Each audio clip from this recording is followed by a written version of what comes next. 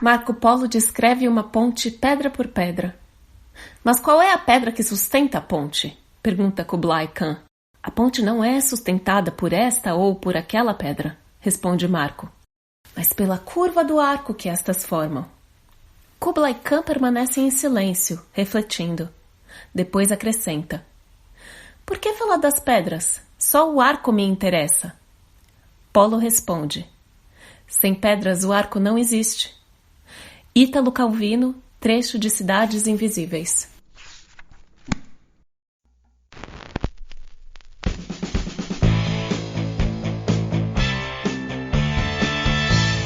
Olá, esse é o podcast Filosofia Pop. Eu sou Marcos Carvalho Lopes e aqui comigo está Murilo Ferraz. Esse é o nosso episódio de número 92 e recebemos a filósofa Catarina Dutilo Novaes para falar sobre lógica no espaço público. Na abertura desse episódio você ouviu a atriz Maria Elisa interpretando um trecho de Cidades Invisíveis, de Ítalo Calvino. E no fechamento temos um trecho de Alice no País das Maravilhas, de Lewis Carroll. O Filosofia Pop é um podcast que aborda a filosofia como parte da cultura. A cada 15 dias, sempre às segundas-feiras, a gente vai estar aqui para continuar essa conversa com vocês. Para comemorar os 5 anos que o podcast Filosofia Pop acaba de completar, em junho teremos excepcionalmente uma edição nova toda semana. Então, você que gosta do podcast, compartilhe e ajude a divulgar os episódios que você mais gostou. Esse é um esforço também para contribuir de alguma forma neste momento de isolamento social e pandemia política. O podcast Filosofia Pop está presente em outros canais da internet. Você pode encontrar os episódios do podcast, mais textos e informações no site filosofiapop.com.br. Temos também um canal no YouTube, perfil no Twitter e página no Facebook. A novidade é que finalmente criamos nosso perfil no Instagram. Siga a gente lá, nosso perfil é podcast Filosofia Pop, tudo junto. Você também pode mandar um e-mail para a gente no contato@filosofiapop.com.br. O podcast Filosofia Pop é um projeto independente, distribuído gratuitamente em todas as plataformas. Para manter essa independência, não aceitamos propagandas.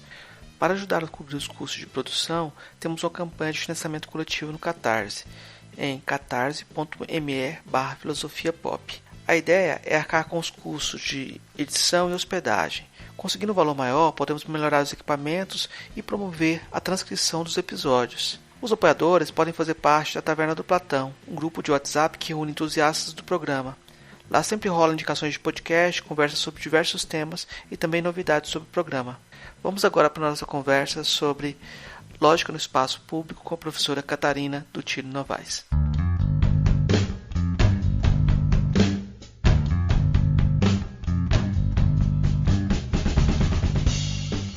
Hoje a gente vai conversar com a professora Catarina Dutilo Novaes. Ela é professora na Universidade Livre de Amsterdã, trabalha na área de História da Lógica, Lógica Medieval, Filosofia Contemporânea.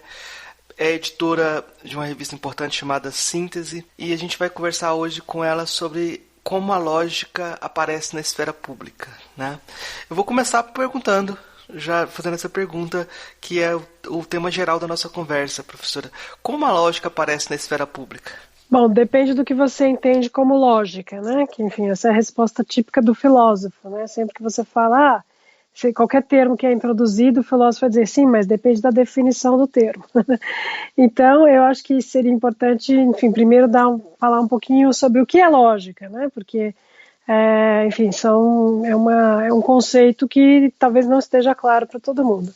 E assim, eu trabalhei muitíssimo na história da lógica, realmente, foi onde eu comecei minha carreira e continuo trabalhando com o assunto. E aí o que você vê é que ao longo dos séculos, porque a lógica é uma coisa muito antiga, aconteceram grandes transformações no que se considera como sendo lógica, né? Então vamos começar por aí. E aí, se você olha só para o que hoje em dia é descrito como lógica, em geral são teorias extremamente matemáticas.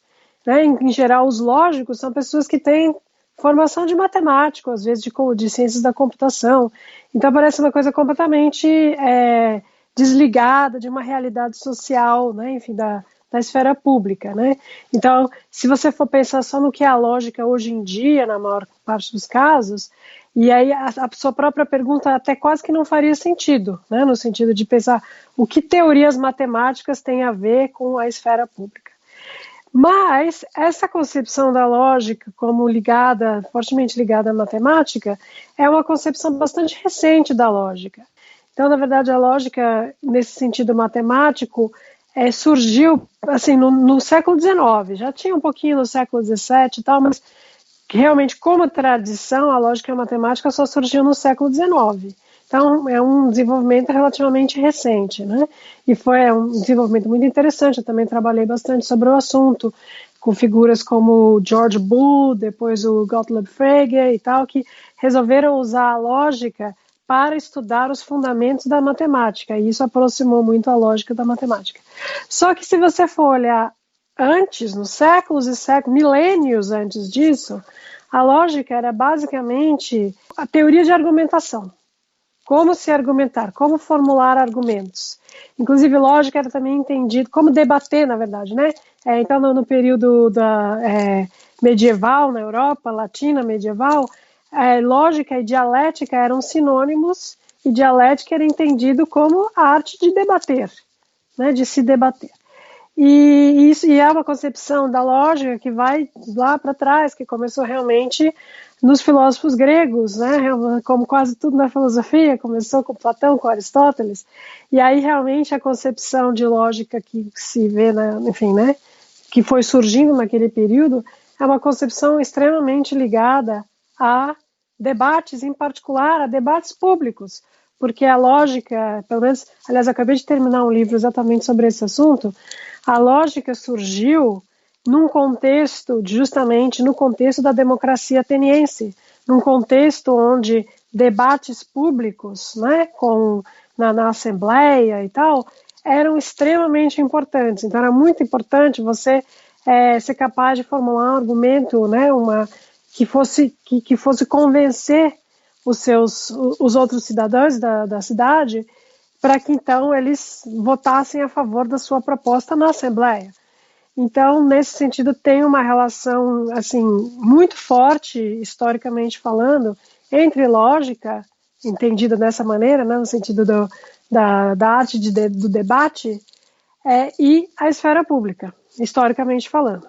Essa concepção de uma lógica que remete ao debate público, então ela retoma uma concepção medieval, uma concepção antiga do que seria o espaço da lógica? Então, sim, né? Porque inclusive eu falei agora, estava falando agora da questão do surgimento da lógica no contexto da Grécia Antiga, né? Mas claro que aconteceu muita coisa no meio tempo, inclusive a lógica também continuou se desenvolvendo, e aí muitas vezes era também associada ao que nós hoje em dia filósofos chamamos de epistemologia, né? Que é a teoria do conhecimento, né? Como é que conhecemos, como é que obtemos conhecimento. E ela também era associada à prática da ciência, né? Então, por exemplo, Aristóteles tem os analíticos posteriores, é uma teoria da ciência, só que é baseada numa teoria lógica, a teoria do silogismo. Só que, e essa questão, essa ideia da lógica ligada a debates e a argumentação, né? Então, de um lado isso continuou, mas de outro lado era também usada, por exemplo, isso como uma teoria do raciocínio científico, também uma teoria do conhecimento, né? E isso continuou, enfim, essas tendências continuaram se desenvolvendo mais ou menos paralelamente. E aí, na época medieval europeia cristã, né, que é a tradição que eu conheço melhor, e é importante eu salientar isso, porque tem também, por exemplo, uma tradução fortíssima da lógica no mundo árabe, né, no mundo islâmico. Então, que eu conheço bem menos, mas enfim, está lá também. Mas falando então da tradição latina cristã, também de novo, muito forte essa ideia do debate, da lógica ligada ao debater, né? Então de novo, próxima da questão da esfera pública, se bem que não tanto, na verdade a lógica estava bastante ligada ao meio universitário, acadêmico, né? Conforme as universidades foram se criando, que isso aconteceu a partir mais ou menos do século XII. Então, não necessariamente na esfera pública desse jeito como a gente está entendendo agora, né? Mas mesmo assim ligada a debate. Só que ao mesmo tempo também tinha essa tendência, já nessa época, de pensar a lógica como fortemente ligada a como o intelecto, o entendimento humano funciona. E isso, em grande parte, pelo menos na minha interpretação, Isso, em grande parte, se deve à influência de um filósofo justamente da tradição árabe, que é o Avicena. E ele, na verdade, ele era um filósofo persa, né? Não era, ele era da Pérsia, do Império Persa. Mas a gente chama ele de pertencendo à tradição árabe, porque a boa parte dos escritos dele foram na língua árabe. E ele foi tinha muitíssima influência para essa tradição, e ele enfatizava essa ideia da lógica como o que descreve as condições para o conhecimento, para o intelecto, né, para a atividade do intelecto. E o Avicena também teve muita influência para os filósofos cristãos na Europa. Então, por exemplo, alguém como Tomás de Aquino já falava também dessa ideia da lógica tendo a ver com, como eles falam, segundo as intenções, né, com conceitos sobre conceitos, né, já dando um tom, vamos dizer, mais mentalista, internalista, né, tendo a ver com como a mente funciona, em vez de ter a ver com debates públicos, né? Então essa tendência já começou ali nesse período. E aí ela depois continuou e culminou na tradição, vamos dizer, moderna, né, depois de Descartes, em que a lógica realmente eu uso a palavra, ela foi internalizada. As pessoas realmente concebiam a lógica em termos mentais mesmo, né? A descrição do entendimento, do raciocínio humano, e se perdeu muito essa conexão entre lógica e debates, né? E diálogos nesse período moderno, né? Com pessoas como Descartes, Locke, etc. E culmina em Kant, né? Kant que diz que a lógica geral, para ser mais específico, descreve as condições para o pensamento como tal, né? Então aí temos já uma concepção bem diferente da lógica, que não está ligada à esfera pública. É uma concepção internalista, uma concepção mentalista, né? Que a lógica descreve eventos mentais internos no indivíduo, em vez de ter a ver com esses processos públicos de discussão, de debate, tá? Isso no período moderno. E aí, depois disso, chega-se no século XIX, nessa tradição, como eu estava dizendo, a tradição matemática, da lógica matemática, que também, então, não tem a ver com a questão da esfera pública, né? Então, eu diria que, ao longo dos séculos, pode-se dizer que teve 3 concepções básicas do que a lógica é, né? do que a lógica trata, que são: a lógica trata de debates, em particular, de debates na esfera pública, ou a lógica trata da estrutura do conhecimento humano, ou a lógica tem a ver com matemática, né? Então são essas 3 concepções que eu diria, e essa última que tem a ver com a matemática é bem recente, mas atualmente é a concepção dominante. Não tem uma relação entre a concepção de uma lógica estruturante do universo e a pressuposições teológicas de harmonia? Tem isso na tradição neoplatônica, né? Então são várias tradições diferentes, né? Como sempre, isso é muito importante sempre lembrar que a história da filosofia é uma coisa com muitos lados, né? Mesmo durante períodos específicos, em geral, você tem escolas de pensamento que não concordam entre si, né? Então isso que você está descrevendo, essa coisa da lógica como uma descrição da própria estrutura né, vamos dizer, mais metafísica do universo, do que existe, eu diria que é uma concepção, aliás, que eu não mencionei, né? Também existe, e é uma concepção que está mais ligada à tradição neoplatônica, né?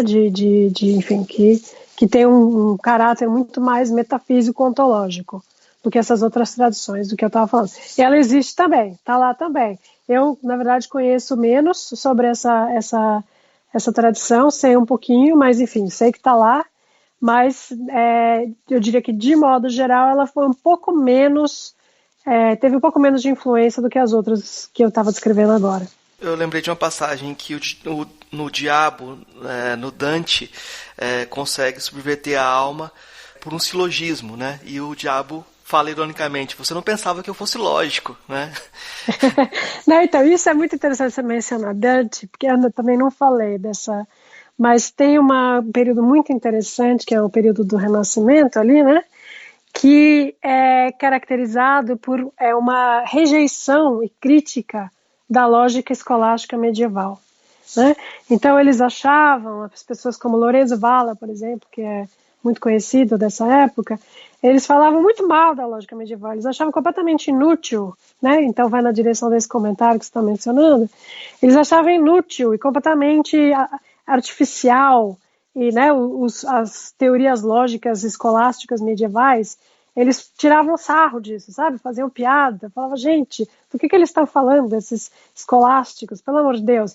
E um dos motivos para essa rejeição da lógica medieval, nesse período do Renascimento, é que eles queriam voltar, bom, o Renascimento de modo geral tem essa ideia de voltar aos clássicos, né, voltar ao clássico, período helenístico clássico, e eles estavam muito mais interessados em retórica e estavam muito interessados em, frequentemente, essas figuras que nós hoje em dia chamamos as figuras, os pensadores do Renascimento, muitas vezes não estavam no sistema universitário. Eles eram, eles trabalhavam, eles tinham uma função pública, política nas cidades deles, né, nas cidades-estados onde eles moravam.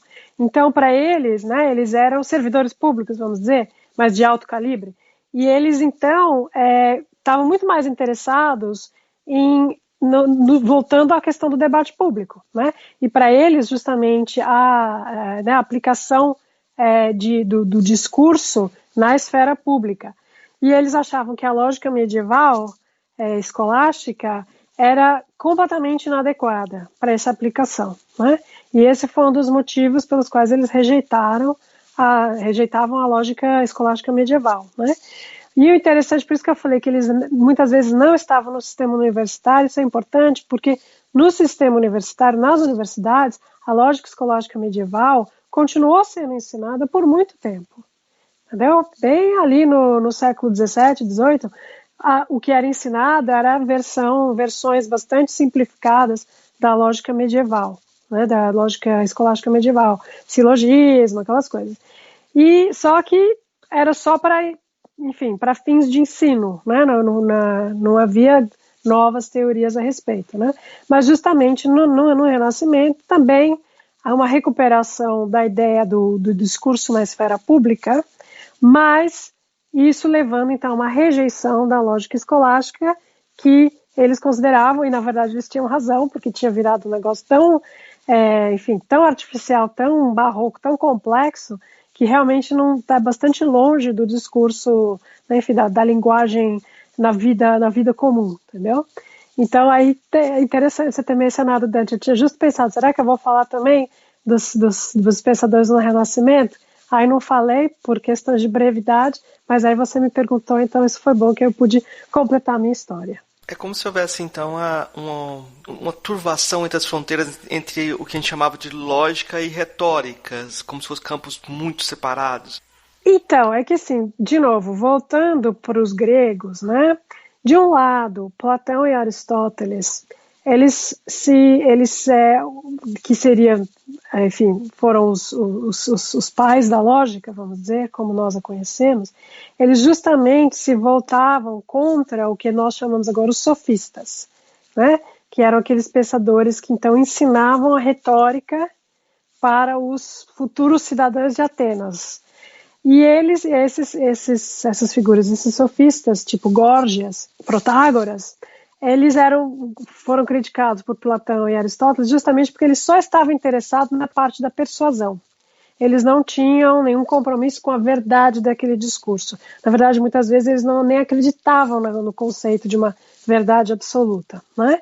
Então, nesse momento, a história, vamos dizer, clássica, diria que a lógica surgiu justamente como uma reação contra a retórica, tá? Isso é um jeito de entender esse nascimento da lógica. Mas na verdade, eu acho que é mais complicado do que isso. Então, também falei bastante disso nesse livro que eu acabei de terminar, de escrever. E eu falo o seguinte, que mesmo Platão e Aristóteles não podiam se permitir não levar em consideração o componente de persuasão. Porque, claro, eles estavam também na cidade de Atenas, onde persuasão por questões políticas continuava sendo muito importante. Então, eu acho que faz mais sentido entender a rejeição deles do modelo sofista do discurso, não como uma rejeição de persuasão e retórica, mas como uma tentativa de combinar retórica, persuasão também com um compromisso com verdade, com conhecimento, entendeu? E aí, enfim, tem outras pessoas que também defendem essa interpretação, né? Não sou só eu. E interessante que o Aristóteles, ele mesmo também tem um texto que se chama Retórica, né? E onde ele introduziu a distinção entre patos, ethos e logos, que até hoje é usada em teorias da retórica, em teorias retóricas hoje em dia, né? Então não é que ele era contra a retórica, ele também até tinha uma teoria de retórica, mas a verdade é que a teoria de retórica do Aristóteles é bastante lógica, né? Então na verdade é uma aproximação uma tentativa de tornar a retórica numa teoria que é bastante próxima também do sistema lógico dele, da silogística, né, do sistema de silogismos. Então, de um lado você pode pensar que existe uma tensão, né, uma contradição entre, de um lado, retórica, que só está interessada em persuasão, e de outro lado, lógica. Só que na minha história, na maneira como eu vejo a história, o nascimento da lógica, o desenvolvimento da história da lógica, na verdade é mais complicado do que isso. As coisas estavam ligadas, tanto naquele período como depois também, né? Então por isso é que eu posso hoje em dia também continuar dizendo que a lógica, se nós queremos nos colocar questões sobre o discurso na esfera pública, onde obviamente persuasão, etc., continuam sendo fundamentais, eu posso dizer que a lógica continua sendo relevante, porque eu, pessoalmente, não dissocio a lógica da retórica de uma maneira tão clara, né? Para mim, justamente, existem mais conexões entre esses dois campos do que, muitas vezes, outras pessoas consideram o seu caso. Existe um sonho pré-iluminista do Leibniz que a gente ia chegar um momento que a gente poderia pegar os argumentos em questão e calcular eles para chegar à conclusão nos diversos campos da moralidade, etc. Esse tipo de perspectiva desse sonho de um cálculo continua sendo válido? Existe uma racionalidade desse tipo ainda? Então, isso é também muito bonito esse período. Eu escrevi um outro livro sobre, o meu livro anterior, sobre formalismos, né? Sobre formalismos na lógica, notações matemáticas, e Leibniz, claro, é uma figura fundamental nesse desenvolvimento, e de fato é isso, ele tinha esse sonho, né, de linguagens artificiais, linguagens formais, que permitiriam que se calculasse, né, a validade de um argumento ou não. Ele, inclusive, desenvolveu um sistema matemático mesmo, uma interpretação matemática de argumentos silogísticos que permite que você calcule se o argumento é válido ou não, né? Sendo que antes disso, o que você tinha que saber, você tinha que quase que saber de cor quais os silogismos que te dão argumentos válidos e quais não, né? Tinha que aprender a lista, né, no sistema de Aristóteles. São 24 silogismos que são válidos e todas as outras combinações de premissas e conclusão não são. E aí o Leibniz então falou, então em vez de a gente ter que decorar, né, quais são os silogismos válidos e quais não são, vamos ter esse método para calcular a validade do silogismo do argumento. E aí, enfim, ele tem uma teoria para isso. E o Boole, no século XIX, fez também a mesma coisa, né? Uma interpretação numérica para silogismos, de forma que você pode calcular se é válido ou não. Então, nesse sentido, isso foi feito para a teoria de silogismo, né? Para a teoria silogística. Só que a teoria silogística é um sistema lógico muito simples, né? Que não é muito expressivo, né? Ele só tem 4 tipos de sentenças nesse sistema lógico, que é todo A é B, não há nenhum A é B, algum A é B, ou algum A não é B, né? Só tem 4 tipos de sentenças nesse sistema. Então é muito reduzido o que você pode fazer com esse sistema, né? E aí o quanto que ele realmente é aplicável a argumentos na vida, né? Na vida, no mundo geral. Então tem essa limitação da aplicabilidade do sistema formal à argumentação na vida real. Só que esse projeto, então você poderia dizer, o projeto morreu.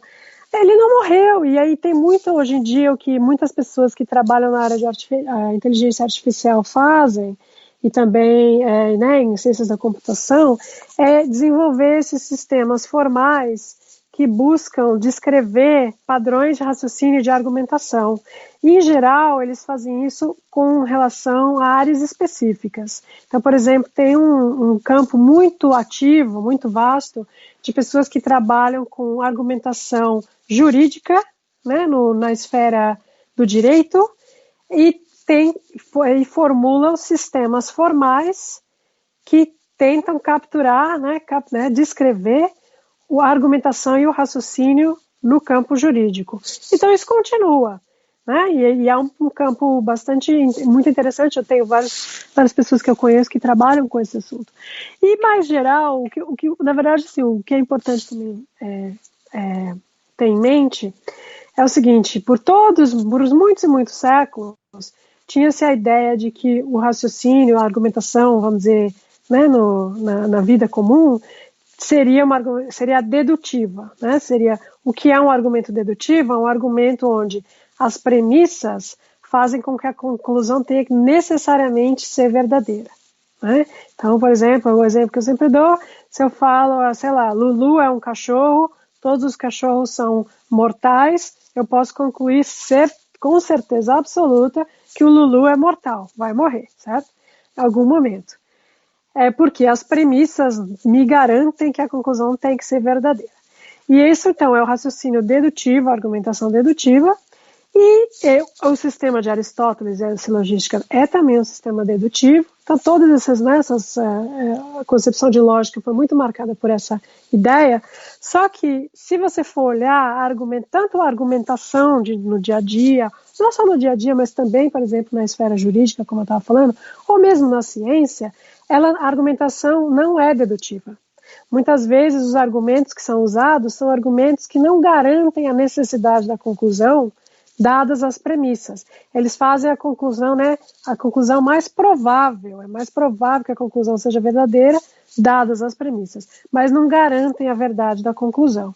Então, já há um tempo, também psicólogos, né, que trabalham empiricamente, estudam o raciocínio humano empiricamente também, por muito tempo eles também usavam o modelo dedutivo como modelo de base para essas investigações e foram descobrindo cada vez mais que as pessoas não são muito boas de raciocínio dedutivo. E isso levou à conclusão de que, na verdade, o raciocínio humano, de modo geral, não é basicamente dedutivo. O raciocínio humano eles chamam muitas vezes a palavra que é usada é não monotônico, né? Não segue esse padrão, como eu disse, de que a conclusão vai ser necessariamente verdadeira, dadas as premissas. E aí, então tem isso nesse campo da psicologia do raciocínio, que é um campo empírico, né? E também na inteligência artificial e nas ciências da computação, as pessoas também desenvolvem sistemas lógicos não monotônicos, né? Então tem todo o campo da lógica não monotônica, né? E aí que são diferentes teorias que tentam se aproximar de como as pessoas realmente tanto pensam como elas argumentam com outras pessoas. E que aí, aparentemente, são padrões não monotônicos, muito mais do que padrões monotônicos dedutivos, né? Então esse pessoal que trabalha com lógica no campo jurídico, na lógica no direito, quase todas as teorias quase que eles desenvolvem são teorias não monotônicas, não são teorias de lógica clássica, né? Que a lógica clássica não funciona, tá? E aí tem também outros sistemas, por exemplo, Default Reasoning, tem vários outros sistemas também de inteligência artificial que são baseados nessa ideia de não ser monotônico, né? Outra palavra que eles usam para isso em inglês é defeasible, né? Que significa que o argumento ele pode ser vencido. E o que eles querem dizer com isso é o seguinte: eu tenho um argumento, eu tenho premissa A e B, que me leva à conclusão C, né, faz a conclusão C ser mais provável do que não ser o caso de C por causa de A e B. Só que aí vem uma informação nova, vamos chamar de D, e aí essa informação nova, na verdade, destrói essa relação que existia entre A e B e C, porque agora A, B e D não implicam C, porque essa informação nova fez com que C não mais fosse provável. E o exemplo, eu estou falando assim em termos meio abstratos, mas deixa eu dar um exemplo concreto. O exemplo clássico é assim, piu-piu é um pássaro, portanto piu-piu voa, né? Isso parece um raciocínio, um argumento válido. Só que aí é válido porque é bem provável, né? Se piu-piu é um pássaro, que ele vai voar. Agora, se eu te falo, não, mas piu-piu é um pinguim, aí você fala, então a conclusão não segue mais. Porque, embora a maioria dos pássaros voem, os pinguins não voam. Portanto, eu não posso mais concluir que piu-piu voa, se eu sei que ele é um pássaro, mas eu sei que ele é um pinguim. Então, o argumento foi vencido, o argumento anterior foi vencido por essa nova informação que chegou a saber que piu-piu é um pinguim. Tá? Então, tudo isso, enfim, longa história assim, mas para dizer que, de um lado, sim, a ideia de que é possível descrever o raciocínio e a argumentação de maneira formal, essa ideia leibniziana, de maneira formal, de forma que você possa até calcular se o argumento é válido ou não, continua existindo, mas não mais reduzida, limitada à lógica clássica dedutiva. Não, justamente você tem que abrir para essas lógicas não clássicas, essas lógicas não dedutivas, não monotônicas, tá? E aí o último ponto só que eu quero falar sobre isso é que então você pode se perguntar, o que sobra então da lógica dedutiva? Ela está em algum lugar ainda? Ela existe ainda ou não? Né? Você pode se perguntar isso. E aí no livro que eu acabei de terminar, que é justamente sobre dedução, eu argumento que a argumentação dedutiva ainda existe, mas em campos muito específicos, em particular na matemática. E também em teorias científicas, onde matemática é importante. E basicamente então é isso. Então a lógica dedutiva ela é bastante restrita em termos de onde é que ela existe, né, nas práticas humanas. Mas ela ainda existe, e em particular na matemática. Então, nesse meu livro eu trabalhei bastante também com a argumentação dedutiva na matemática. Todas essas questões acabam modificando um pouco, problematizando o conceito de racionalidade, a relação de racionalidade com a ideia de crenças prévias, né? Eu diria grosseiramente que talvez a gente possa falar de uma dimensão pragmática que tem que ser considerada, uma dimensão contextual que tem que ser considerada também. Como que você vê essa relação entre racionalidade e crenças nessa nova descrição do espaço lógico? Então, de fato, você tem toda a razão. Como eu gosto muito de estar sempre próxima a práticas humanas nas minhas teorias filosóficas, né? Então, isso que realmente é uma característica do meu trabalho. Eu falo, né, o fator humano, eu falo, né, que aliás é o nome de um livro do Graham Greene, The Human Factor. Então eu estou sempre olhando para o que essas teorias significam em termos das práticas humanas onde elas estão inseridas. Né? Está cheio de filósofo que não faz isso, que abstrai das práticas humanas e que é só ver, realmente olhar para esses conceitos todos em abstração. Você pode fazer isso também, enfim, não estou dizendo que não devo fazer. Eu, pessoalmente, não é o que me interessa, né, na filosofia. Então, como eu tenho esse foco nas práticas humanas, eu, de fato, acabo, inevitavelmente, caindo para o lado de um interesse também pragmático, né, contextual, como você está falando. Porque o que eu estou interessado é justamente como esses conceitos lógicos estão inseridos em contextos específicos, reais, da vida humana, né? Então, de fato, aí fica uma coisa bem contextualizada, pragmática.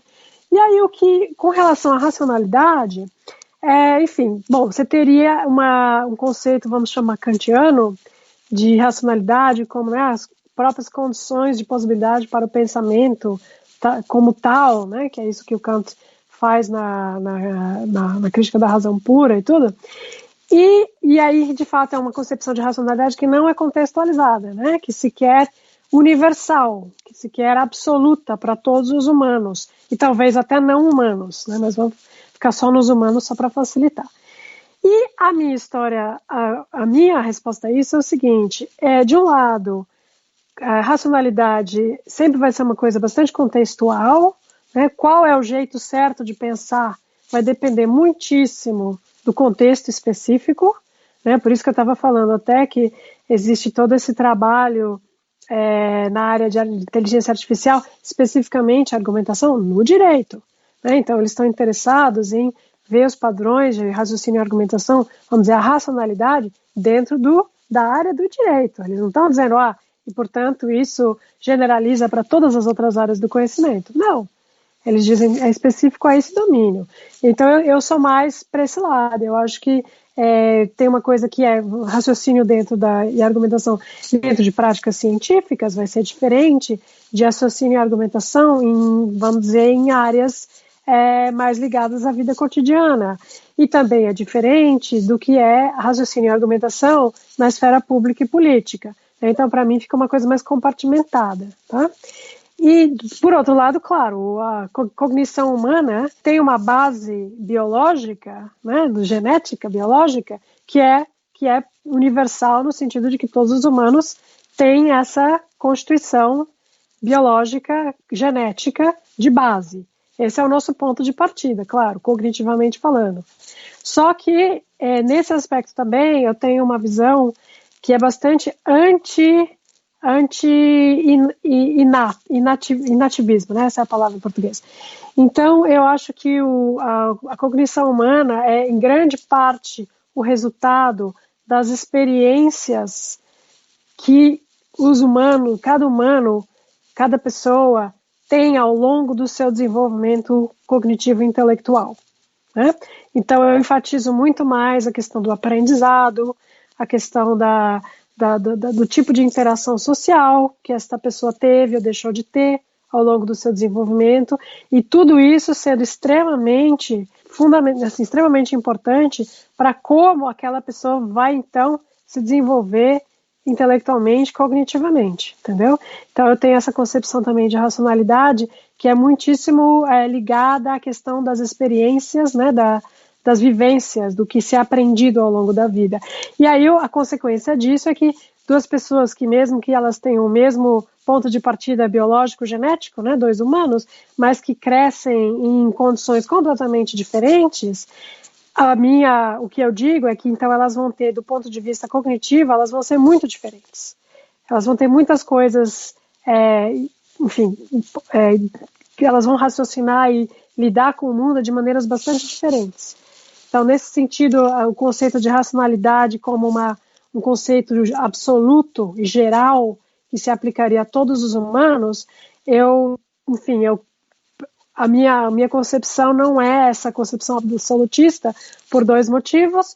Um, porque eu acho que racionalidade é muitas vezes uma questão de contexto, de diferentes áreas de conhecimento, áreas de ações, né, pública, privada, ciência, jurídica, etc., e também porque eu acho que a racionalidade faz parte exatamente da racionalidade humana, ela ser formada pelas experiências e vivências sociais, em particular sociais, que cada indivíduo tem ao longo do seu desenvolvimento. Nesse sentido, é muito curioso que aqui no Brasil, movimentos de direita, movimentos jovens de direita, promoviam até pouco tempo atrás, acho que continuam promovendo, concursos de argumentação.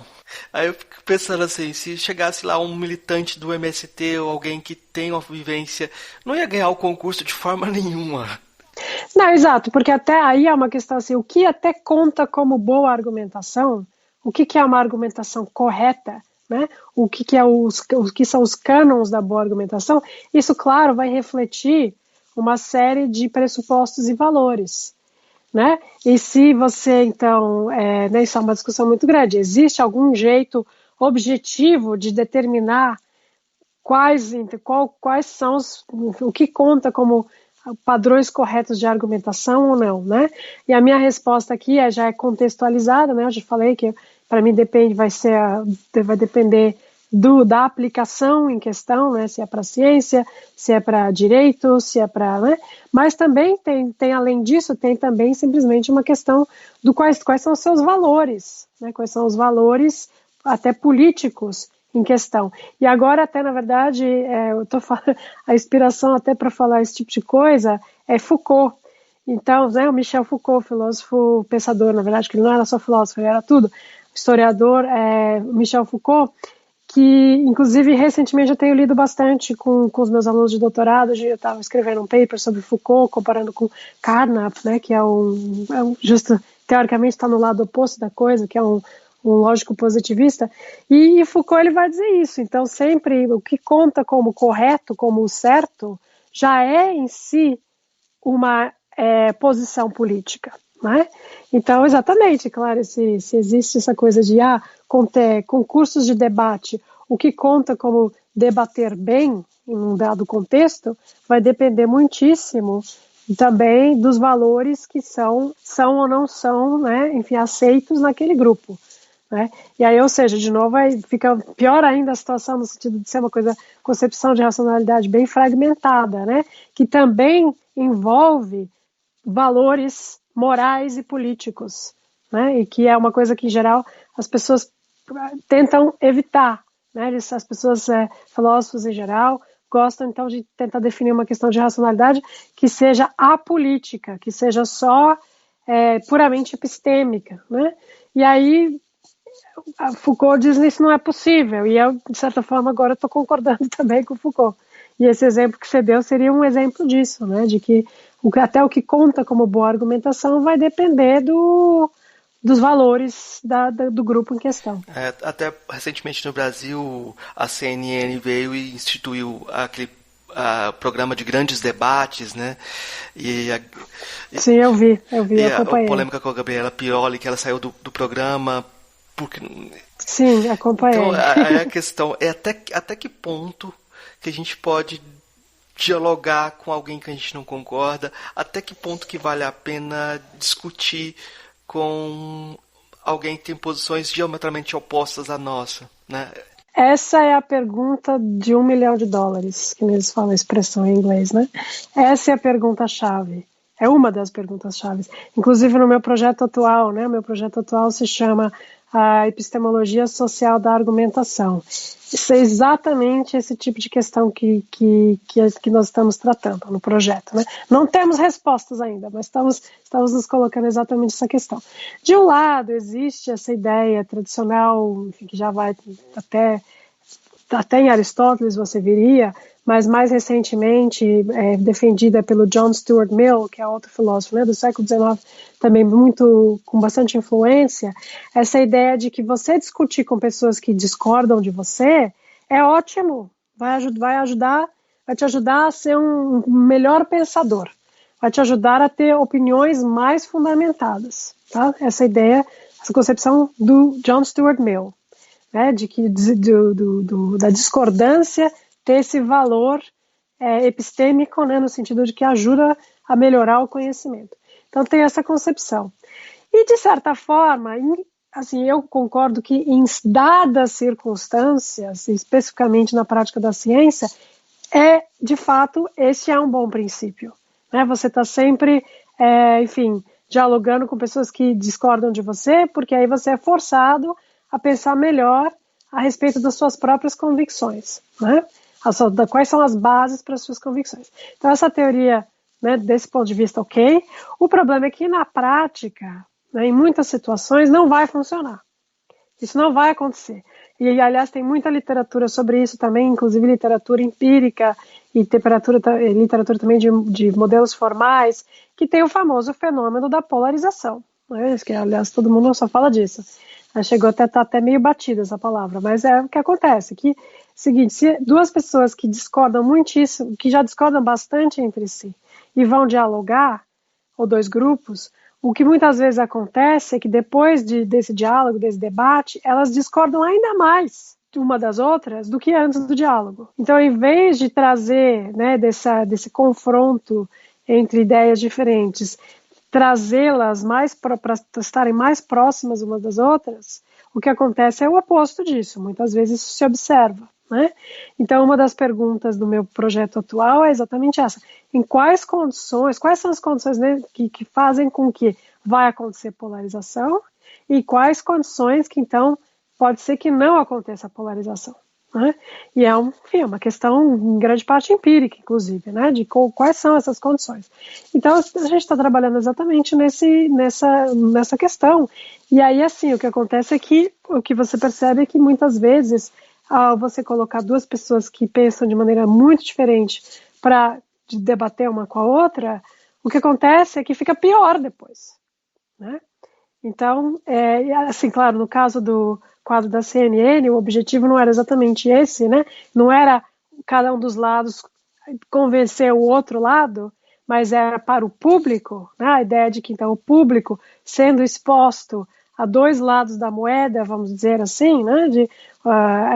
Enfim, com uma questão polêmica, posição para um lado, posição para o outro, vendo argumentos para ambos os lados, o público, então, teria a condição de tirar suas próprias conclusões, né? De saber, então, qual lado que eu acho que tem os argumentos melhores.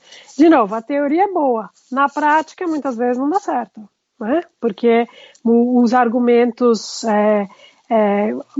argumentos ruins podem ser extremamente persuasivos, podem ser extremamente sedutores. Então, não tem nenhuma garantia de que se você coloca duas posições para debater entre si, que então o público naturalmente vai então ser levado na direção da posição mais bem fundamentada. E aqui, então, até um assunto com o qual eu tenho trabalhado bastante, até terminei também um paper esses dias sobre fake news, é a questão do conceito de propaganda, né? Não no sentido publicidade, que nem no Brasil a gente usa esse termo, mas no sentido de propaganda política mesmo, né? No sentido, em inglês, propaganda, né? Que é quando você usa discursos, argumentos, com o intuito exatamente de manipular a opinião pública, né? E quando você, então, começa a ler bastante sobre propaganda tal, e ver também na prática instâncias de propaganda, e aí você percebe que os argumentos, né, eles propõem argumentos que parecem legítimos, parecem válidos, só que não são, enfim, de algum ponto de vista objetivo externo. E aí, mas eles são extremamente sedutores. Então fica muito difícil para a pessoa, para o público, diferenciar, né? Qual argumento que eu devo, então, em qual argumento que eu devo confiar e qual não. E aí um exemplo, por exemplo, disso, claro, agora no Brasil, com a crise do corona, tá? Não só no Brasil, em vários lugares, mas não vou falar desse assunto porque está tão recente que fica até difícil de falar, mas um assunto, uma questão mais já antiga, é a questão da vacinação, as pessoas que então se recusam a vacinar seus filhos, e muitas vezes baseados em argumentos que são, assim, espúrios, que são péssimos argumentos do ponto de vista científico, mas que para essas pessoas parecem convincentes, elas estão convencidas por aqueles argumentos. Então, com isso você vê o limite, são os limites da argumentação racional, no sentido da persuasão, no sentido de convencer as pessoas de certas coisas, entendeu? Então, tanto um bom argumento, né, por exemplo, de que então vamos todos vacinar as crianças porque do ponto de vista da saúde pública é a coisa óbvia a ser feita, muitas vezes esse argumento não tem o efeito que nós gostaríamos que tivesse, e por outro lado, argumentos que são ruins, que estão promovendo algum resultado que não seria bom, eles em si podem ser extremamente sedutores e convencer as pessoas. Então, uma das coisas que me interessa é justamente isso, os limites da argumentação racional, no limite da possibilidade de você melhorar o seu estado de conhecimento, né, aquilo que você sabe ou deixa de saber, as suas convicções com base na argumentação. Então, hoje em dia eu ando meio pessimista, como você está me ouvindo. E aí eu acho que aquela instância do grande debate na CNN era problemática, né? Porque, enfim, um lado lá, aquele Caio Coppola, estava falando um monte de abobrinha, estava falando um monte de coisa que não é fundamentada. E aí você se pergunta, vale a pena, então, dar espaço para pessoas que notoriamente estão defendendo falsidades, coisas que simplesmente são falsas, né? Enquanto a Gabriela Prioli foi lá e mostrou que o que ele estava dizendo simplesmente não era verdade, né? Então tem essa questão também, será que nós temos mesmo que sempre dar espaço para os dois lados, sendo que um lado está apresentando posições extremamente mal fundamentadas? Não sei. Vou citar novamente a frase lá do Dante, do diabo, dizendo: tu não pensava que eu fosse lógico também, né? Porque Sempre entra em questão também a fonte de autoridade, de quem está dizendo, né?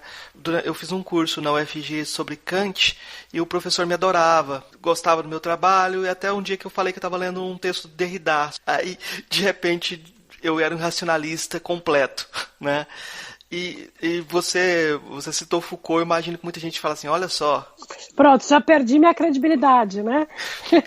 Exatamente. Dentro dessas polarizações que acontecem na própria academia e acontecem em todos os lugares, né?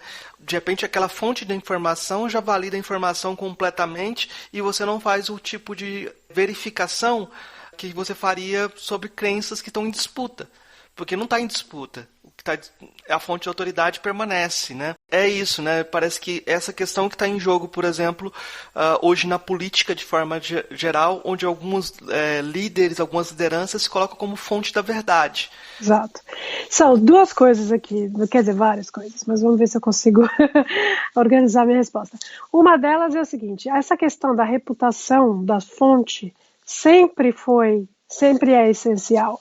E aí existe uma tendência das pessoas que pensam a argumentação como tendo uma coisa, assim, uma objetividade, né? A racionalidade argumentativa sendo válida objetivamente. Existe essa ideia de que então a fonte não vai importar muito porque a qualidade do argumento vai falar por si próprio, né? A qualidade do argumento. Existe essa ideia.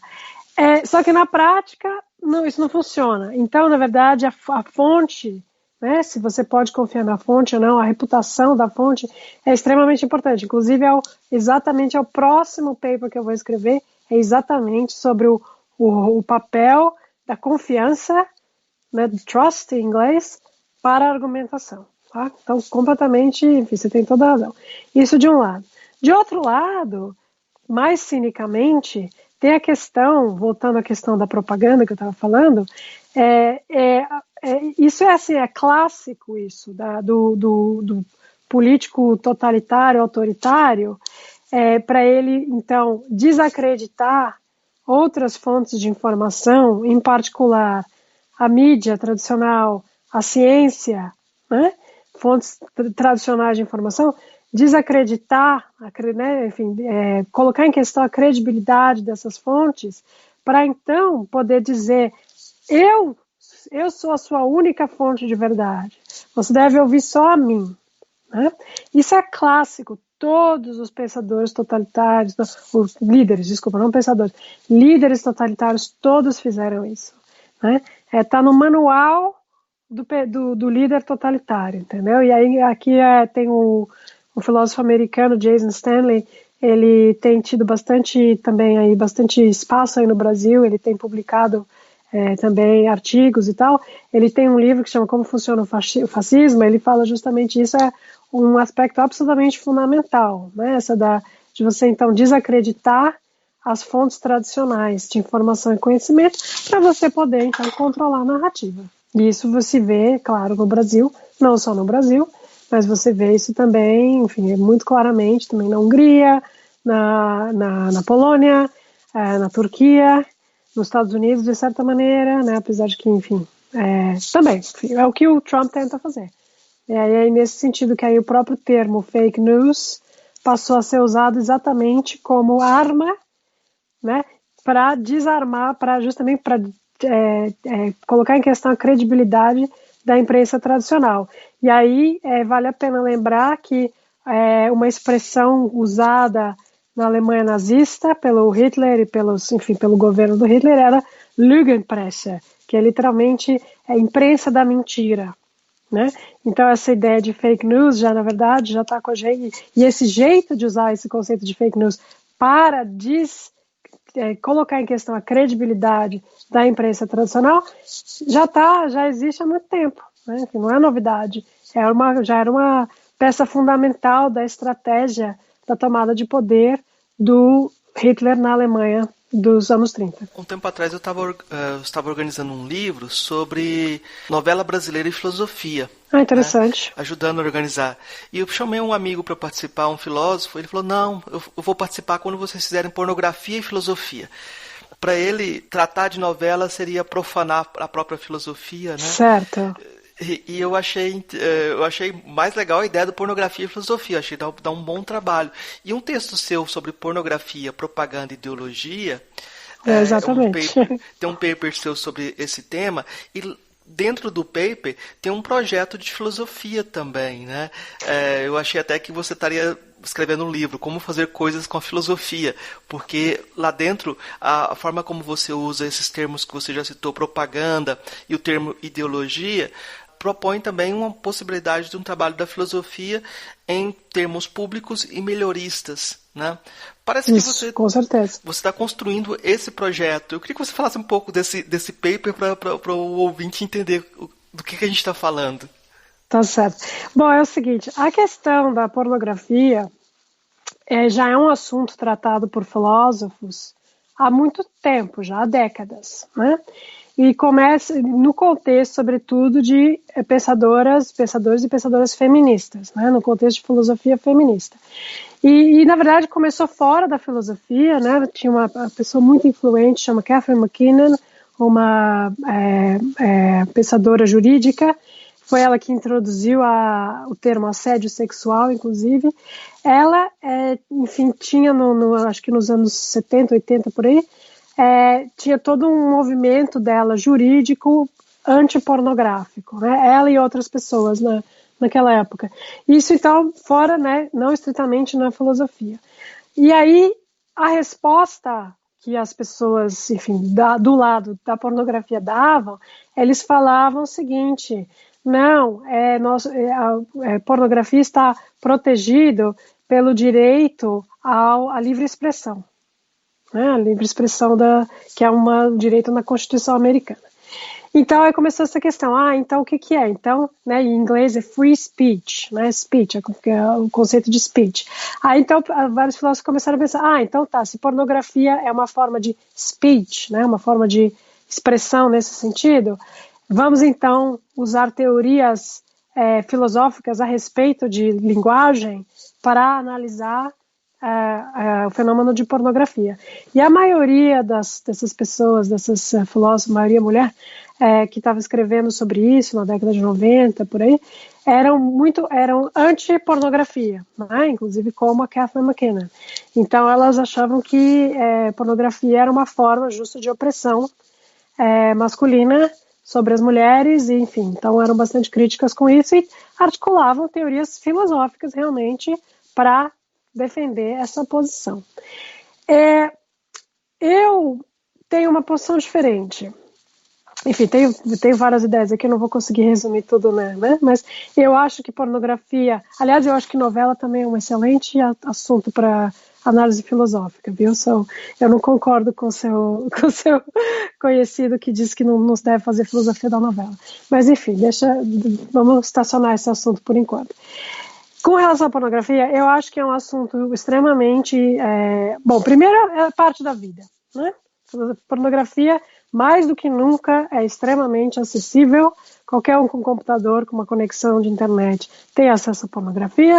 E aí temos também questões sérias de como, né, o que acontece, então, com crianças que têm acesso tão fácil à pornografia, qual a influência disso no desenvolvimento, né, no desenvolvimento, na maturação sexual das crianças que crescem dessa geração, né? E, enfim, tem várias discussões sobre isso. Então tem isso, é um fato da vida, tá lá, tá? Aí a questão mas de certa forma também são questões empíricas.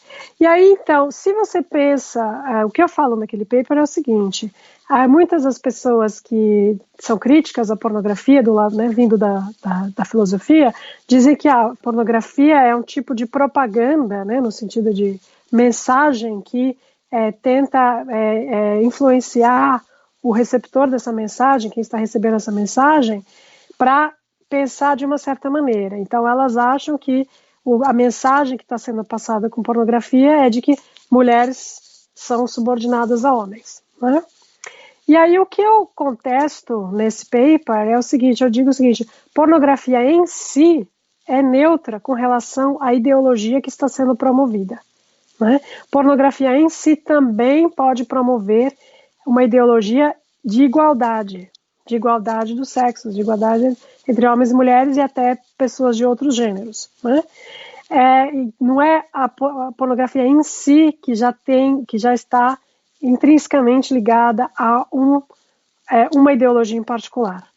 Então, existe esse movimento dentro da pornografia, de pornografia feminista, que são pessoas que criam pornografia, né, que produzem pornografia, tanto diretores, né, e também atrizes, atores, performers, que têm um compromisso com valores de igualdade do gênero e que então querem promover esses valores por meio da produção pornográfica delas, né? E elas acham que é possível influenciar, do ponto de vista delas, positivamente as pessoas que vão consumir essa pornografia, porque essas pessoas então vão estar recebendo valores, conceitos de igualdade de gênero, né? E eu defendo essa ideia de que é possível usar pornografia tanto para promover valores opressores, como também para promover valores igualitários. Não é a pornografia em si que vai definir, né, os valores que estão sendo promovidos. E como pornografia é um fato da vida, então eu acho que então, melhor do que então tentar eliminar pornografia, porque isso não vai acontecer, o que se deveria fazer então é tentar melhorar a qualidade da pornografia que é produzida, inclusive pornografia feminista, né? E eu, na verdade, seria a favor, sim, de limitações em alguns tipos de pornografia que são produzidos, que são aqueles que são extremamente violentos, que são extremamente denigrantes, né, de pessoas, em geral mulheres, mas não só. Enfim, então tem essa questão de que são, né, se algumas formas de pornografia então deveriam ser idealmente suprimidas ou não. Mas, de qualquer forma, a questão, né, enfim, uma das pessoas que trabalha, né, uma das pornógrafas feministas, ela fala, a resposta à má pornografia não é não ter pornografia, mas é ter pornografia que seja melhor, né, é ter boa pornografia. Então, esse foi enfim, a posição que eu defendi nesse paper. Esse tipo de argumentação tinha pornografia, propaganda e ideologia. Isso. Se a gente tira o termo pornografia e coloca outros termos de debate, coloca filosofia, propaganda e ideologia, talvez a gente pudesse pensar no contexto do Brasil, em que algumas pessoas se colocaram na esfera pública através da internet como os porta-vozes da filosofia e da filosofia verdadeira, uma filosofia redentora, e esse discurso pegou fácil, que é um discurso de direita, né? E os filósofos, em geral, se afastavam da internet como coisa que tiraria o valor da filosofia, né? Sim, isso não é uma coisa só no Brasil, né? Isso é um fenômeno mundial, tinha esse espaço, né? Vamos dizer, porque muitas vezes não só filósofos, mas também intelectuais, acadêmicos de outras áreas, enfim, que não estavam dialogando suficientemente com o mundo lá fora, vamos dizer, né? Estavam muito, fala assim, na Torre de Marfim, né? Fechados na Torre de Marfim da academia. E aí, então, tinha um espaço ali, né? Tinha gente interessada num tipo de conteúdo e tal, mas os acadêmicos, então, não estavam ocupando esse espaço. E aí vieram outras pessoas que, então, né, com uma linguagem, enfim, interessante, acessível e tal, que foram lá e ocuparam esse espaço. E, enfim, contingentemente, o que aconteceu, talvez não contingentemente, mas o fato é que foi basicamente gente vindo de um lado ideológico bem de direita, né, como você descreveu. E, de novo, isso é um fenômeno mundial.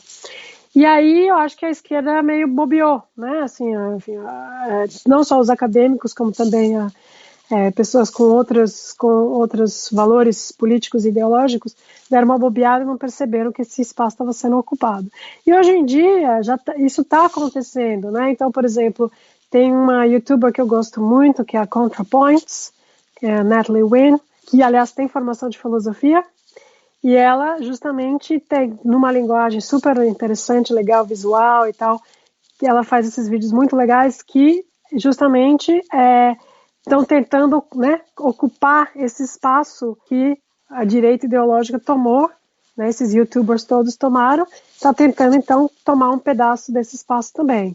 E no Brasil, eu até não assisto muito, mas eu sigo ele no Twitter, tem o Henry Bugalho, né, não sei como é que o pessoal fala o nome dele, que parece que faz vídeos também, eu assisti alguns, mas parece que são vídeos bastante, colegas meus filósofos no Brasil gostam, né, falam que não é bem legal, assim, filosoficamente falando, e ao mesmo tempo acessível. Então eu acho que é muito importante, nesse momento, talvez mais do que nunca, por isso que eu também me interesso muito em tentar participar desses debates também fora da academia, mais importante do que nunca, também nós, acadêmicos, também nos posicionarmos nesses debates, justamente para, então, dar oferecer outras opções do que é a filosofia, né? E também outras opções de valores políticos e ideológicos, né? Para que, então, a coisa não esteja só tomada por uma certa vertente, né? Ideologicamente falando. No seu Twitter, hoje tem um lembrete de que você tem formação em filosofia, não em medicina, né? Na verdade é o meu pinned, é o meu Twitter que fica sempre em cima. Então, esse lembrete mostra bem um conflito que existe hoje entre valores epistemológicos e valores políticos, nesse sentido do contexto democrático, em que no Brasil se usa muito isso, que a opinião de cada um tem que valer o mesmo que a opinião do outro, mesmo não sendo especialista. Exato. Né? Eu acho que esse conflito entre valores epistêmicos, valores políticos e a construção de uma autoridade que seja autorizada e não autoritária parece ser o grande problema. Você ter esse reconhecimento público que você tem autoridade para falar de algo, você não está sendo autoritário, mas você estudou sobre aquilo, você tem uma formação sobre isso, né? Com certeza. Essa questão, para mim, é a questão. A questão atual é exatamente essa, né? Como são valores, princípios epistêmicos e princípios políticos de democracia. Como é que se junta? E isso é uma coisa que tem sido já discutida há um bom tempo, em particular pelo Philip Kitcher, né, filósofo americano da ciência, outras pessoas também, mas enfim, ele que talvez tenha sido um dos primeiros num período recente, né? Porque, por exemplo, Peirce já falava disso há mais de 100 anos atrás, né? Os pragmatistas americanos, essas questões, mas mais em anos recentes, Philip Kitcher colocou essa questão de novo de maneira bastante contundente. E, para mim, é a questão. Eu não tenho resposta, tá? Aliás, eu estou pensando até que talvez o meu próximo projeto de pesquisa seja exatamente sobre essa questão, né? E aí, assim, foi interessante no ano passado, eu escrevi, fui entrevistada pela revista Época, também escrevi uma opinião que saiu na Folha, e aí isso gerou debates assim também, Facebook e tal. E aí era muito interessante as reações das pessoas, exatamente isso, né? Então, uma coisa que eu falava na entrevista é que os computadores, como nós os conhecemos hoje, de certa forma, eles vieram da filosofia. Por quê? Porque eles são resultado de um processo que começou com o Frege, filósofo que, aliás, eu mencionei no comecinho da entrevista, que queria, então, que era um matemático que queria formular teorias lógicas para o fundamento da matemática, né, para dar fundamento para a matemática. Era um projeto totalmente abstrato, totalmente, né, enfim, sem nenhuma aplicação prática, aparentemente. Mas a coisa foi evoluindo, e aí isso culminou no Turing, que foi o primeiro que então desenvolveu o conceito de uma máquina digital que calcularia, que era um conceito teórico ainda. E isso, então, acabou gerando o computador. Então, eu falava isso, né, na entrevista. E aí um monte de gente falava, que absurdo, como é burra essa pessoa, imagina, claro que não. Pergunta para o Bill Gates ou para o Steve Jobs se a filosofia tem alguma coisa a ver com computação e tal. Sabe assim, obviamente pessoas que não sabem desse desenvolvimento histórico que eu conheço, porque eu estudo isso há muitos anos, né? E aí, eu fiquei bastante, foi aquele momento assim que eu tive essa experiência eu mesma, né? E aí eu respondi, eu acho que chegou um momento e falei, não, olha, não é bem assim, veja bem, eu estudo isso tudo há tipo uns 15 anos, né? Até mais, talvez 20 anos, eu posso dizer que eu estudo essa questão. E aí a pessoa respondeu, mas nós vivemos numa democracia, a minha opinião vale tanto quanto a sua. Foi a ilustração, assim, concreta, né, dessa tensão entre o valor político de democracia e a questão da expertise, né, do conhecimento, de ter do especialista que tem ou deixa de ter o conhecimento. E eu gostei, como você falou, né, a questão da diferença entre ser autoritária e ser uma autoridade. Eu acho isso interessante, né? E aí eu acho que é exatamente isso. O ideal é que eu, como acadêmica, como pesquisadora, eu coloco o meu conhecimento em forma de argumentos, em forma de, né, para o público, e o público então vai, idealmente, chegar às suas próprias conclusões, né? Tem essa ideia da autonomia intelectual. Eu não quero impor a minha visão, o meu conhecimento, aliás, é o que eu estou fazendo agora aqui, nessa entrevista. Estou contando um monte de coisa, das coisas com as quais eu trabalho já há muitos anos, e eu espero que isso dê oportunidade para as pessoas que estão ouvindo para pensarem, para refletirem, para tirarem suas próprias conclusões. É isso que eu quero, eu não estou aqui querendo impor a minha visão em ninguém, né? Então, eu achei bonito isso que você falou, autoridade sem ser autoritário, né? Agora, voltando à questão toda de propaganda, de manipulação da opinião pública, etc., a gente sabe que muitas vezes o jogo é sujo. E aí, como é que você faz, né? Esse é um dilema para qualquer participante político numa democracia. Se você quer jogar limpo, você quer jogar de acordo com as regras do jogo democrático, vamos dizer, mas se o seu adversário está jogando sujo, o que você faz? Né? E aí tem acho que era Michelle Obama que falou, where they go low, we go high, né? Quando eles se rebaixam, nós nos enaltecemos, nós nos elevamos. Mas a questão não está claro se isso funciona do ponto de vista pragmático, né? Se você vai ter, então, se quem joga o jogo limpo vai sempre perder, vai sempre sair o perdedor da história. E eu não tenho resposta para isso. Isso é um problema real, sério, um dilema que é extremamente urgente para nós todos no mundo. Eu acho que a gente já fez um percurso bom. Geralmente a gente faz 3 perguntinhas para todos os convidados. Seriam perguntas com respostas mais curtas. E no final a gente pede indicações. Vamos para essa parte final, então. As 3 perguntinhas. A primeira pergunta é uma pergunta que também vale 1 milhão. O que é filosofia? Bom, o ano passado eu dei minha aula inaugural, né, quando eu virei professora titular. E o título era O Fator Humano Fazendo Filosofia num Mundo Confuso ao Perguntar Perguntas Inconvenientes. Então eu diria que filosofia basicamente começa em todo caso com perguntas inconvenientes, né, questionando o óbvio. Quando há coisas que então da vivência da gente parece nós tomamos como óbvio, não tem o que se perguntar aqui. E o filósofo vai lá e fala, mas por quê? Mas por que exatamente assim? Então eu diria que, em todo caso, ela começa por aí. Tem mais do que isso, mas esse é o começo. Qual a filósofa ou filósofo que mais impressionou daqueles que conheceu pessoalmente? Eu estava falando com os meus alunos de doutorado ontem, e eu estava falando de uma pessoa que foi meu professor na graduação, o Paulo Arantes. E talvez ele tenha sido o filósofo mais impressionante que eu já conheci. Apesar de que, né, enfim, faz mais de 20 anos. E, enfim, então ele era muitíssimo impressionante. Então, vou falar aqui só porque eu continuo sendo fã dele. E ele, até hoje, eu penso bastante em coisas que eu aprendi com ele.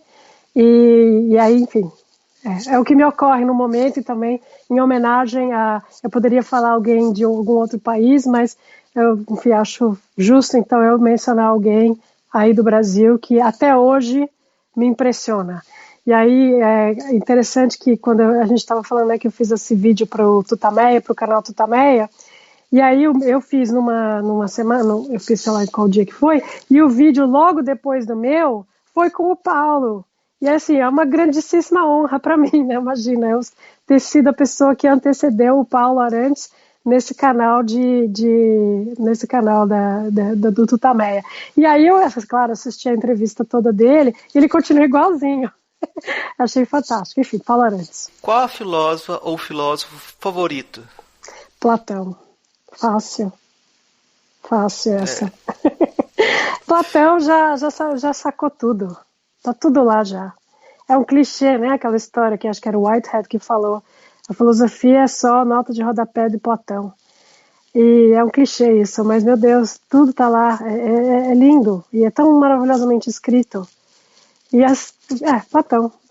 Enfim, não concordo, obviamente não concordo com tudo, mas a riqueza da nuance filosófica e como isso é apresentado em diálogos que, além de serem filosoficamente interessantíssimos, são divertidos e poeticamente lindos, né? Imagina, ninguém ganha. Tá certo. Então a gente fechou essa bloco de entrevistas. Eu queria ver indicações. O que você indicaria de leitura, de filme, de música para os nossos ouvintes? O que você quiser indicar? Bom, eu mencionei já o Jason Stanley, eu sei que ele já está tendo bastante, acho que a edição do Como Funciona o Fascismo já está, sei lá, na 20ª edição, sei lá, não sei se é 20ª, mas já teve, eu sei que tá tendo bastante recepção aí no Brasil, mas mesmo assim, Jason Stanley tem o livro Como Funciona a Propaganda, Como Funciona o Fascismo, não sei se Como Funciona a Propaganda está traduzido em português, mas Como Funciona o Fascismo, com certeza. Outro filósofo de que eu gosto muitíssimo é o Charles Mills, que introduziu o conceito de ignorância branca, que eu acho que é extremamente relevante para o que acontece no Brasil, de modo geral. Então, não sei em que medida que as pessoas estão lendo Charles Mills no Brasil, mas deveriam ler, né? E aí eu gostaria também de falar alguma mulher, né? Porque, enfim, claro, é bem importante também. Eu só falei de homem nessa entrevista toda. Deixa eu pensar, alguma coisa de alguma autora. Bom, Sally Haslanger, claro. Sally Haslanger, que eu diria que praticamente é uma das filósofas que teve mais influência na filosofia analítica dos últimos 20 anos, é a Sally Haslanger, que é uma filósofa no MIT. Eu não sei se o trabalho dela está traduzido em português, mas o livro dela chama Resisting Reality, e é tudo de bom. Tem tanta coisa lá, ela é espetacular. Então, certamente, fica aqui a recomendação, Sally Haslanger. Eu vou indicar um livro da Nancy Bauer, que vocês trabalham. Isso, também. Claro, exato, aquele How to Do Things with Pornography, né? Ele não está em português ainda, eu sei que tem em espanhol, como fazer coisas com a pornografia, mas eu acho que é um caminho interessante. O seu artigo, Pornografia, Ideologia e Propaganda, também a gente citou ele aqui, porque eu acho que, na minha interpretação, tem um projeto de uma colocação sobre como fazer coisas com a filosofia, que você até brinca que o título do livro poderia ser esse. Então, de certa forma, dá para entender qual é a sua posição sobre filosofia pública a partir desse artigo. E tem todo um projeto aí que provavelmente deve ser um livrinho, né, dessa questão. Com certeza. Mas assim, então, quem quiser então ter ler mais, saber mais sobre a minha concepção de filosofia, tem a minha aula inaugural, o texto da minha aula inaugural está disponível no meu website. E lá, então, eu descrevo o que eu acho que filosofia é, e eu descrevo a minha trajetória como filósofa. E também tem o vídeo também da minha aula inaugural, é em inglês, né, não é em holandês, então não se preocupe, tudo está em inglês, para quem lê inglês pelo menos, mas certamente tem mais gente que lê inglês do que holandês, então, né? E aí, então eu recomendo isso, você tem toda a razão, esse texto do meu sobre pornografia, já tem lá, né, essa ideia de como fazer filosofia pública, mas na minha aula inaugural eu trabalhei isso em mais detalhe, então quem tiver paciência, talvez, enfim, seja uma leitura interessante também. E também, você já falou da entrevista para o Tutameia, que o ouvinte pode procurar, que vai ter muita coisa que vai ser convergente aqui, mas é outro momento. E também você deu também 2 entrevistas ano passado sobre o cenário da desvalorização da filosofia no Brasil também. O ouvinte pode procurar e deve procurar também para situar esse debate de hoje. Fechamos as indicações aqui. Tem mais alguma coisa, professora? Um recado que você queria deixar para fechar a nossa conversa, o que você queria passar para os nossos ouvintes? Difícil, né? Eu diria, é uma coisa que eu falo para mim mesma, e assim, quase que como estratégia de sobrevivência, é que não vamos desistir. E eu digo isso com relação a tudo, eu digo com relação à Covid, em relação à situação política, né? Tipo, tá tudo tão difícil, tão de cabeça para baixo, de pernas para o ar, que ficaria fácil, é tão fácil dizer eu desisto, não vou mais lutar, não faz sentido. Mas aí eu volto a Foucault, né, correndo o risco de que algumas pessoas então não vão mais me levar a sério. Ele fala, sempre onde há poder, há resistência. Então é isso, é continuar resistindo. Ótimo, professor. Muito obrigado pelo diálogo. Eu acho que para mim foi muito produtivo, eu gostei muito. Espero que os ouvintes gostem também. Eu também, eu fico sempre feliz tendo a oportunidade de dialogar, nem que seja dessa maneira, com as pessoas, né, digo, longínquamente, com as pessoas no Brasil. Ao ver Alice, o gato só sorriu. Parecia amigável, ela pensou. Ainda assim, tinha garras muito longas e um número enorme de dentes, de modo que achou que deveria tratá-lo com respeito. Bichano de Cheshire, começou muito tímida, pois não estava nada certa de que esse nome iria agradá-lo. Mas ele só abriu um pouco mais o sorriso. Bom, até agora ele está satisfeito, pensou e continuou. Poderia me dizer, por favor, que caminho devo tomar para ir embora daqui?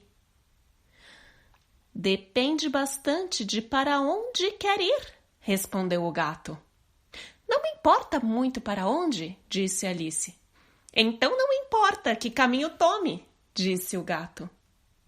Contanto que eu chegue a algum lugar, Alice acrescentou à guisa de explicação.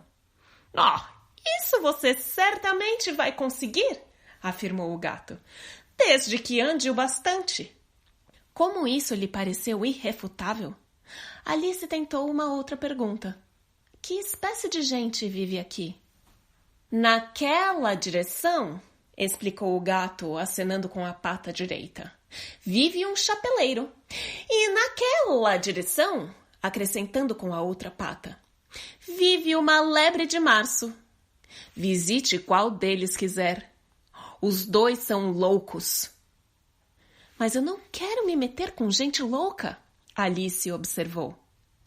É inevitável, disse o gato. Somos todos loucos aqui. Eu sou louco, você é louca. Como sabe que sou louca? Perguntou Alice. Só pode ser, respondeu o gato. Ou não teria vindo parar aqui. Alice não achava que isso provasse coisa alguma, apesar disso, continuou. E como você sabe que você é louco? Para começar, disse o gato, um cachorro não é louco. Admite isso? Suponho que sim, disse Alice. Pois bem, continuou o gato, você sabe, um cachorro rosna quando está zangado e abana a cauda quando está contente. Ora, eu rosno quando estou contente e abano a cauda quando estou zangado. Portanto, sou louco. Chamo isso ronronar, não rosnar, disse Alice. Chame como quiser, disse o gato. Vai jogar croquet com a rainha hoje? Gostaria muito, admitiu Alice, mas ainda não fui convidada. Encontre-me lá, disse o gato e desapareceu. Alice não ficou muito surpresa com isso. Tão acostumada estava ficando a ver coisas esquisitas acontecerem. Ainda estava olhando para o lugar onde vira quando ele apareceu de novo de repente. A propósito, o que foi feito do bebê? Quis saber o gato. Ia me esquecendo de perguntar. Virou um porco, Alice respondeu, tranquilamente, como se o gato tivesse voltado de uma maneira natural. Eu achava que iria virar, disse o gato, e desapareceu de novo. Alice esperou um pouco com certa esperança de vê-lo de novo, mas ele não apareceu. E depois de 1 ou 2 minutos ela caminhou na direção em que, pelo que lhe fora dito, morava a lebre de março. Vi lebres antes, pensou. A lebre de março vai ser interessantíssima e talvez, como estamos em maio, não seja freneticamente louca. Pelo menos não tão louca quanto em março. Enquanto assim pensava, ergueu os olhos e lá estava o gato de novo, sentado no galho de uma árvore. — Você disse porco ou corpo? O gato perguntou. — Disse porco, respondeu Alice. E gostaria que não ficasse aparecendo e sumindo tão de repente, deixa a gente com vertigem. — Está bem, disse o gato. E dessa vez desapareceu bem devagar, começando pela ponta da cauda e terminando com o sorriso, que persistiu algum tempo depois que o rosto de si fora embora. Bem, já vi muitas vezes um gato sem sorriso, pensou Alice, mas um sorriso sem gato é a coisa mais curiosa que já vi na minha vida. Trecho de Lewis Carroll, Alice no País das Maravilhas.